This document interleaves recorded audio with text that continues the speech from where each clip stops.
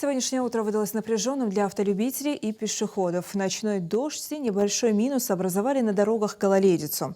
Зеркальное покрытие затрудняло передвижение. Сурхое. Агалют спуск. Время 8:46. $9. Цена шабуху снят. Сага умтаса я цахан дядат. Биржки адет до школы. Бири переходи окус. Хати машин вообще хати уже схаллымар. Агал будер аллыбанис, агал будер бар. Сотрудники ГИБДД просят водителей быть предельно внимательными на дорогах. Пешеходам рекомендуется не спешить во время перемещения по Скорским улицам и осматриваться. В связи с изменением погодных условий на дорогах региона могут возникнуть аварийные ситуации. Госавтоинспекция МВД по Республике Ингушетия призывает каждого участника дорожного движения к строгости соблюдения правил дорожного движения.